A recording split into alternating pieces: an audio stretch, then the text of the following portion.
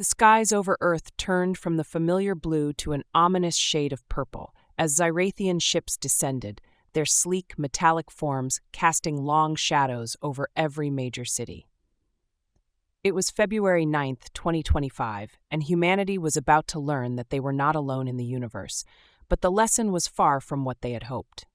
Captain Elena Vasquez, once a diplomat known for her grace under pressure, stood atop the UN headquarters in New York, binoculars trained on the alien armada. Her heart raced not with fear, but with a cold, calculating fury. She had spent her career advocating for peace, but now she sensed the beginning of something darker. The Zyrathians had come under the guise of peace, their ships broadcasting messages of unity and cultural exchange. Humanity, naive in its joy at first contact, had welcomed them. But the tone changed rapidly when the Zyrathian emissary, a being of light and shadow, declared their intentions. "They see us as savages," Elena whispered to herself, recalling the aliens' condescending tone. "They believe we should be uplifted under their rule." The emissary had stood in the Grand Assembly Hall, its form shimmering with an otherworldly glow. "We offer you integration into our galactic society," it had said, "or face the consequences of your refusal." No one spoke. The weight of those words hung in the air like a noose.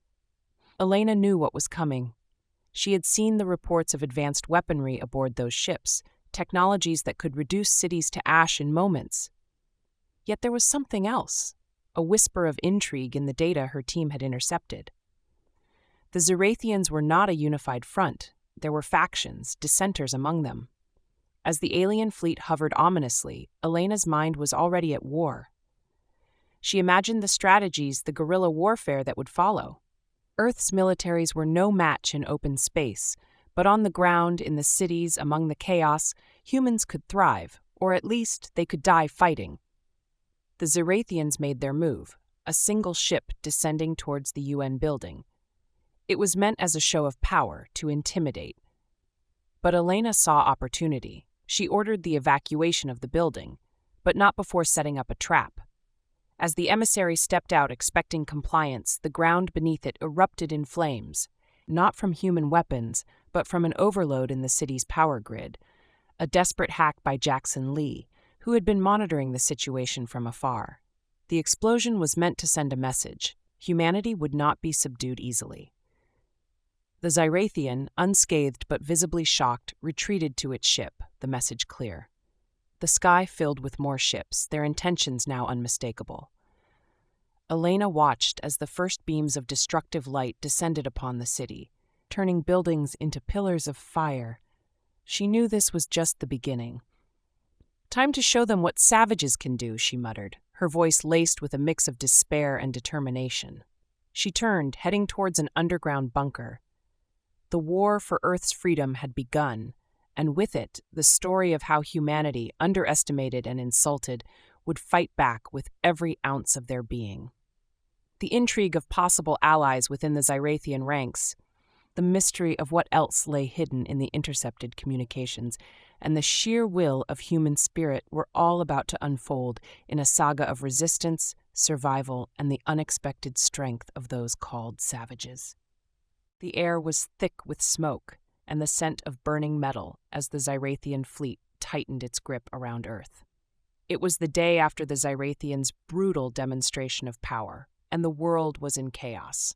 Captain Elena Vasquez found herself in the heart of the resistance, deep beneath the ruins of what once was Manhattan, now a testament to defiance.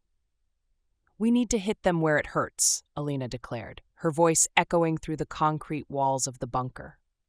She stood before a hastily assembled war council, a mix of military leaders, scientists, and former diplomats, all bound by the same resolve. Jackson Lee, his face illuminated by the glow of several screens, responded, "Their ships are shielded against our conventional weapons, but I've found a frequency that might disrupt their communication, if we can sow confusion." "And that's just the beginning," chimed in Dr. Sarah Kim, her voice carrying a new edge. "We've got prototypes of EMP devices. If we can get close enough—" The room buzzed with the energy of desperate hope. Elena nodded, her mind racing with plans. We'll need to be like ghosts, strike and vanish. We can't win in a straight fight. The plan was set. Small teams would infiltrate the lower atmosphere where Zyrathian patrols were less dense, aiming to disrupt their control and gather intelligence. As night fell, the first team, led by Elena, moved through the ruins of the city. The streets were eerily silent. The only sounds were the distant hum of alien technology and the occasional rumble of collapsing structures. "Look at this," Jackson whispered, pointing to his device. "Their patrols are predictable. We can use this." Suddenly, a Zyrathian scout drone whizzed overhead, its lights scanning the ruins. The team froze, but Elena's quick thinking saved them. She used a piece of reflective debris to direct the light away from their hiding spot. The drone passed, oblivious. They reached their target, a downed Zyrathian fighter, its hull still warm. Sarah, with a precision that belied her usual calm demeanor, began interfacing with the alien technology. "If we can understand their tech, we can fight back. This might be our Rosetta Stone." But the intrigue deepened as they discovered encrypted logs on the ship's computer. "Look here," Sarah said, her voice low. "There's mention of dissent within their ranks. They're not as unified as they seem." Just then, an alarm blared from the ship, signaling their intrusion had been detected. "Move now," Elena commanded, the team scrambling back into the shadows of the city. The chase was on. Zyrathian forces descended, their weapons lighting up the night. Elena's team used the city's devastation to their advantage, leading the aliens into traps set with homemade explosives. The resulting chaos bought them time, but at what cost? Back in the bunker, the team reviewed their findings. Jackson, his fingers flying over the keyboard, decoded more of the logs. "It looks like not all Zyrathians agree with this invasion. There might be a faction we can ally with." Elena pondered this, her mind weaving through possibilities. "If we can find these dissidents, maybe we can turn the tide. But it's risky. We need to move fast before they tighten their grip further." The chapter closed with the dawn breaking over a world at war. Elena, now not just a diplomat, but a leader in this desperate fight, looked out over the city, her resolve hardening. "We'll show them," she murmured, her words a promise to both her people and the invaders. "We'll show them what it means to defend one's home." The sun had barely risen over the smoldering ruins of what was once Los Angeles when Elena Vasquez, now known among the resistance as the Phoenix, gathered her core team in the makeshift command center. The date, February 9th, 2025, marked a grim anniversary. It was the day humanity learned of its chains. "We've got a lead," Jackson Lee announced, his eyes glued to his screens. The encrypted logs from the Zyrathian ship mention a meeting point for dissenters within their ranks. "It's risky, but if we can get there, we might find allies." Sarah Kim, her hands still stained with the dirt of the last night's skirmish, looked skeptical. "And if it's a trap, we can't afford to lose more people." Elena weighed the options, her gaze stern. "We'll send a small team. If it's a trap, we'll make sure it's one they regret setting." "Jackson, can you rig something to give us an edge?" A grin spread across Jackson's face. "I've been working on a little surprise, an EMP that targets their specific frequency. Might buy us some time if things go south." The plan was set. Elena, Jackson, and a few chosen fighters would infiltrate the supposed meeting point at the edge of the Mojave Desert, where ancient human technology merged with alien remnants from a previous, forgotten war. As they approached the coordinates under the cover of darkness, the tension was palpable. The desert was eerily silent, save for the distant hum of Zyrathian patrols in the sky. Then, a twist, they found not a meeting place, but a Zyrathian outpost, heavily guarded. "Looks like our source was off, or this is the trap," Elena whispered, her eyes scanning the perimeter. Jackson, already setting up his device, replied, "Let's make it our trap then, on my mark." The EMP went off, plunging the outpost into chaos. Lights flickered and died, communications went silent, and the guards scrambled. In the confusion, Elena and her team moved like phantoms, taking down guards with silent efficiency. Inside, they found more than they bargained for. Not just dissenters, but a Zyrathian, Valar, bound and beaten, clearly not part of the invasion force. His eyes, filled with a mix of fear and hope, met Elena's. "I'm not your enemy," Valar hissed in broken human language. "I came to warn you. There are those among us who wish for peace, not conquest." The revelation was a game changer. Here was living proof that the enemy was not monolithic. "Why should we trust you?" Elena demanded, her voice cold.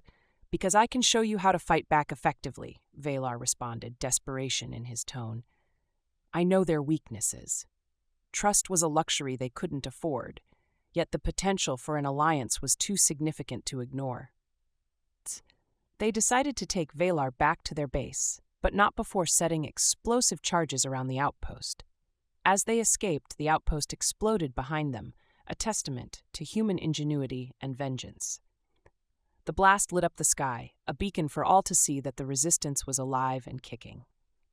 Back at the base, the atmosphere was tense. Sarah was the first to voice her doubts. He could be a plant, leading us into a bigger trap. Jackson, however, was already at work decrypting more data, his fingers dancing over the keys. "If he is, he's a very convincing one. Look at this." He showed them the screen. "These are coordinates for their supply routes. If we hit these, we disrupt their entire operation." Elena looked at Valar, who seemed genuine in his betrayal of his own kind for peace. "We'll give you a chance," she said, her decision made. "But one wrong move, and you'll see why they called us savages." With the dawn breaking over a new horizon for humanity's fight for freedom, with the added twist of an internal Zyrathian conflict to navigate. The resistance had gained a potential ally, but at what cost? The trust was thin, the stakes higher, and the war had just become more complex. In the heart of what used to be the Great Plains, now a battlefield of alien technology clashing with humanity's resilience, Elena Vasquez and her team found themselves at the edge of an ancient human site. The sun, barely up on February 9, 2025, cast long shadows over the remnants of a civilization long gone, its secrets buried beneath the soil. "We're here because of this," Jackson said, showing a map on his device, highlighting an anomaly detected by satellite before the Zyrathian invasion. "It's not just ruins. There's something active here." Valar, the Zyrathian defector, looked uneasy. "Your ancestors fought another alien race here long ago. This place might hold the key to defeating my kind." The team moved cautiously, digging through layers of history. They uncovered not just artifacts, but a chamber with technology that seemed both alien and human. Sarah, her scientific curiosity piqued, analyzed a console that flickered to life at her touch. "Look at this," she gasped. "It's like a weapon control system, but for defenses we've never seen." The chamber's walls lit up with holographic displays, showing battles from millennia ago, humans alongside beings not unlike the Zyrathians, fighting a common enemy. It was a revelation, a piece of history that suggested humanity had once been part of a larger cosmic community. "This could change everything," Elena murmured, her mind racing with possibilities. "If we can activate these defenses." But then, an alarm blared from outside the chamber. Zyrathian scouts had detected their presence. "We've got company," Jackson warned, his voice tense. The team scrambled, pulling up the ancient defenses. Valar, with surprising expertise, helped interface the old technology with their current equipment. "It's designed to counter their energy signatures," he explained, his fingers deft on the controls. As the Zyrathians descended, expecting an easy capture, they were met with an energy shield that flickered to life, followed by archaic but still potent weapons firing from hidden turrets. The alien ships reeled, unprepared for the onslaught from the past. "We need to buy time," Elena shouted over the noise of battle. "Get everything we can from this place." In the chaos, Jackson managed to download vast amounts of data. "This isn't just weapons tech," he said, eyes wide with discovery. "It's a history, a guidebook to surviving interstellar conflicts." But the victory was fleeting. The Zyrathians adapted, their ships pulling back to regroup, leaving the team with a narrow window to escape. As they fled, Valar spoke. "This battle was a signal. They'll come back with everything now." Back at the Resistance's base, the mood was a mix of triumph and urgency. Sarah, analyzing the data, found references to other such sites around the world. If we can activate these, we might just stand a chance, she explained. Elena, however, was focused on the bigger picture. We've seen what we can do with one ancient site. Imagine if we can awaken them all, but we need to move fast. With the team planning a series of expeditions to these ancient locations, their resolve steeled by the discovery that humanity was not alone in its history of defiance. The intrigue of a shared past with other species, the potential of ancient technology, and the immediate threat of Zyrathian retaliation painted a complex tapestry of war, survival, and the rediscovery of human legacy. The red dust of Mars swirled around the makeshift base at the foot of Olympus Mons, the largest volcano in the solar system, now a key human stronghold on February 9, 2025. Here, Dr. Sarah Kim had transformed from a scientist into a strategic commander, overseeing the defense of the Martian colony. "We can't let them take Mars," Sarah said, her voice echoing in the command center, her eyes on the screens showing Zyrathian ships approaching. "Olympus Mons gives us the high ground. We use it." Elena Vasquez, now a symbol of human resistance, had joined the Martian front. "We've got to show them that Earth isn't our only battleground," she stated, her presence galvanizing the troops. Jackson Lee, his tech skills pivotal in both worlds, had rigged the Martian terrain with surprises. "I've set up a network of drones. When those ships get close, we'll have a fireworks show they won't forget." Valar, the Zyrathian defector, was less sure. "Their technology is formidable. We must be strategic, not just brave." As the Zyrathian armada broke through Mars' thin atmosphere, the battle commenced. The human drones, cloaked by the Martian dust, launched, causing initial confusion among the invaders. The first wave of Zyrathian ships was met with a hail of guided missiles from hidden launchers, using the volcano's slopes for cover. "Keep them guessing," Sarah commanded, her hands steady on the controls. "We hit, then vanish into the dust." The Zyrathians, expecting a direct confrontation, found themselves in a guerrilla war on an alien world. Their precision weapons were rendered less effective by the unpredictability of the human tactics. But the tide turned when a massive Zyrathian cruiser hovered above, its shadow blocking out the sun. "They're preparing for a ground assault," Jackson warned, his voice tense. Elena, watching through a scope, saw the first wave of alien troops descending. "Now's our chance," she declared. "We show them what Mars means to us." The resistance, armed with both conventional and adapted Zyrathian weapons, met the invaders with ferocity. The battle was fierce, the air thick with the sounds of war. In the chaos, Valar proved his worth, guiding humans to exploit weaknesses in Zyrathian armor. "They're not invincible," Valar shouted, helping a human soldier disable a Zyrathian mech. "Aim for the energy nodes." The fight was brutal, with losses on both sides, but humanity's knowledge of Mars, combined with their newfound tech, gave them an edge. The Zyrathian forces, expecting a quick victory, were pushed back, their retreat marked by the loss of several ships to the Martian surface. As night fell, the survivors gathered. The air was filled with a mixture of victory and mourning. Sarah, looking over the battlefield, said, "We've bought time, but this isn't over. They'll be back, stronger." Elena, her uniform stained with Martian dust and blood, nodded. "We've shown them Mars isn't just a colony, it's human territory. Now we need to link this victory with Earth's resistance." The team discussed their next moves, the intrigue of how much the Zyrathians knew of human capabilities on Mars, and the realization that this was just one battle in a larger war. The story deepened, showcasing human adaptability, the complexities of fighting on multiple fronts, and the growing bond between humans and their unexpected ally Valar, setting the stage for a unified front against a common enemy. The silence of space was shattered by the hum of engines as Elena Vasquez, Jackson Lee, and a select team prepared for the most daring mission yet. It was February 9th, 2025, and the plan was to infiltrate the Zyrathian mothership, the nerve center of their invasion fleet. "We're going in blind," Elena said, her voice steady despite the risk. "But if we can get the intel, we might end this war before it consumes what's left of us." Jackson, checking his gear, replied, "I've got a back door into their systems. If we can reach the command center, I can upload a virus. It'll disrupt their coordination, buy us time. The team, with Valar guiding them, used a captured Zyrathian shuttle to approach the massive ship. The stealth tech Jackson had rigged made them a ghost in the vastness of space. Once aboard, the group moved with lethal precision. Valar whispered, "This way. The command center is near the core. But we'll have to bypass their security nodes." Their journey through the ship was a dance with death. At one point, they encountered Zarathian guards, but Valar, using knowledge of his own kind, led them into a maintenance corridor, avoiding a confrontation. "We're close," Jackson said, his device beeping with proximity alerts, "but there's heavy security up ahead." The plan was to create a diversion. Elena and a few others set charges in a less guarded section, drawing Zyrathian forces away from the command center.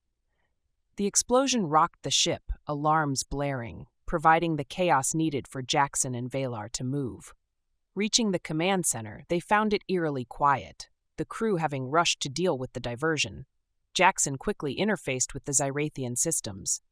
"I'm in," he whispered, his fingers flying over the controls. "Uploading now." But the intrusion didn't go unnoticed. A Zyrathian officer returned, spotting them. "Intruders!" he shouted, raising an alarm. The room turned into a battlefield. Elena and her team engaged the Zarathians, the clash of human and alien weapons echoing. Valar, showing his loyalty, fought beside them, his knowledge of Zarathian combat giving them an edge. "Get out of here, Jackson," Elena yelled, covering his retreat with precise shots from her modified rifle. Jackson, with the virus upload complete, scrambled back, his heart pounding. "It's done. Their fleet will be in disarray for hours, maybe days." The escape was frantic. They fought their way back to their shuttle, leaving a trail of chaos. As they detached from the mothership, the virus's effects became apparent.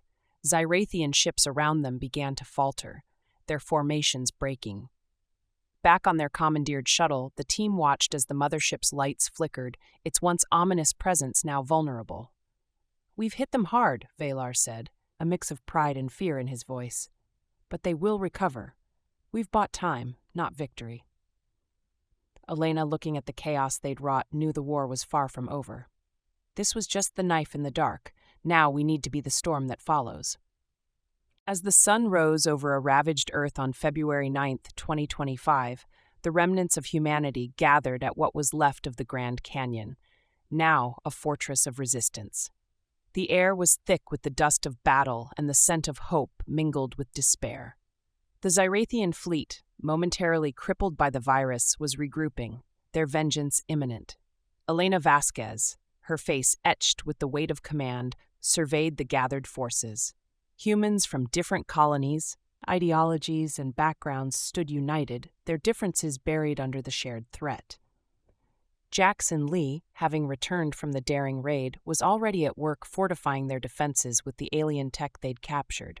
The plan was simple, yet audacious. Use the canyon's natural defenses to create a choke point, drawing the Zyrathians into a trap where their numbers would mean nothing. But as they prepared, a shadow fell over their unity. Valar, the Zyrathian defector, was seen whispering to a small group of humans, his actions cloaked in secrecy. Was this the betrayal they feared? Elena watched, her trust wavering. In the chaos of preparation, she decided to keep her eyes on him, not out of distrust, but from a need for vigilance. The Zyrathian ships returned, their approach like dark clouds over the canyon. The human forces, hidden in the rock formations, held their breath. As the enemy descended into the canyon, the trap was sprung. Explosives set by Jackson went off, causing rock slides that blocked escape routes, trapping the Zyrathian ground forces. The battle was fierce, the canyon echoing with the sounds of war. Human ingenuity clashed with Zyrathian might. But in the midst of this, Valar's true intentions unfolded. He wasn't betraying them. Instead, he had been communicating with a faction of Zyrathians who opposed the war. With his signal, a small group of Zyrathian ships broke formation, attacking their own from behind, creating confusion and panic. The tide of the battle shifted. Humanity, bolstered by this unexpected alliance, fought with renewed vigor. The Zyrathian ships, now in disarray, were brought down one by one, crashing into the canyon walls, their fiery ends lighting the sky. However, in the midst of victory, another betrayal came to light. One of the human commanders, disillusioned by the war's toll, attempted to negotiate surrender, believing it would spare what was left of humanity. This act of betrayal was swiftly dealt with, but not before it nearly cost them the battle. As the dust settled, Elena approached Valar, her gaze intense. "You had us doubting you," she said, her voice a mix of relief and mistrust. "I had to ensure our survival," Valar replied. "Not all of my people are our enemies. This war can end, but it needs to end with understanding, not just destruction." The dawn of February 9th, 2425, broke over a world scarred by conflict, yet on the brink of rebirth. The last stand was set in the ruins of what once was Tokyo, now a symbol of resistance. Here, humanity, with its new Zarathian allies, prepared for the final confrontation. The Zarathian mothership, wounded but still formidable, hovered ominously above, its shadow casting a dark promise of annihilation. Elena Vasquez stood at the forefront, her gaze fixed on the sky. Beside her, Jackson Lee finalized the setup of an array of captured Zarathian weapons, turned against their creators. Valar, now a pivotal figure in this alliance, coordinated with his dissenting kin, their ships positioned to strike at the mothership's vulnerable points. The suspense was palpable. Every breath was a countdown to either salvation or oblivion. The Zarathian forces descended, an armada of sleek, deadly ships, intent on crushing the last human defiance. But this time, humanity was not alone. The battle erupted with a ferocity that shook the earth. Human and Zarathian resistance fighters moved in sync, using the urban landscape as cover. Explosions lit up the sky, a symphony of destruction and hope. Elena, leading a charge, used everything at her disposal, from hacked Zarathian tech to guerrilla tactics learned in this long war. Suddenly, the mothership opened fire, its beams turning sections of Tokyo into molten ruins. But the human strategy was not to defend, but to draw the enemy in. As the Zarathian ships followed, they entered a kill zone. Jackson activated the EMP array, the shockwave paralyzing the Zarathian tech momentarily, giving the ground forces and their allied Zarathian ships the opening they needed.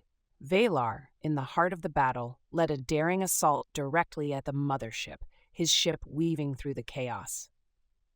"For freedom!" he shouted over the comms, a cry echoed by the human fighters below. Inside the mothership, a fierce battle raged between loyalists and dissenters. Valar, reaching the command center, faced the Zarathian High Commander, a figure of terror to his own kind. "Your reign ends here," Valar declared, his weapon aimed at the heart of the invasion's control. The commander, underestimating the resolve of his own kind and the humans, fought back, but it was too late. The command center exploded, a beacon of the end and the beginning. The mothership, now without its guiding force, began to destabilize, its engines failing, gravity pulling it towards Earth. On the ground, Elena and her forces watched as the behemoth started its descent. "Move out," she commanded, knowing the fallout would be catastrophic. The Allied ships, including those led by Valar, managed to escape the blast radius, but the mothership's crash was apocalyptic, its explosion a mushroom cloud that marked the end of the invasion's spearhead.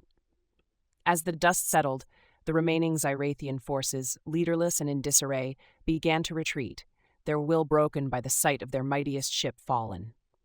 The sky cleared, the sun piercing through the smoke, illuminating a scene of devastation, but also of victory. Elena, covered in ash and blood, looked around at the survivors, at Jackson, at the Zarathians who had chosen to stand with them. "We've shown them," she said, her voice hoarse but triumphant. "Humanity isn't just about surviving, it's about defining our destiny." The story concluded with the remnants of humanity and their new allies beginning the long process of rebuilding. Not just structures, but bridges between species. The Zarathian dissenters, now free from oppression, worked alongside humans, their shared victory a foundation for peace. The title, "They Called Us Savages, We Gave Them Hell," had become a testament to human resilience, unity, and the capacity for forgiveness and renewal. The saga ended not with the last battle, but with the dawn of a new era, where the echoes of war were slowly overtaken by the sounds of life, of construction, of a future where savage was a word reclaimed for courage and the unyielding spirit of freedom.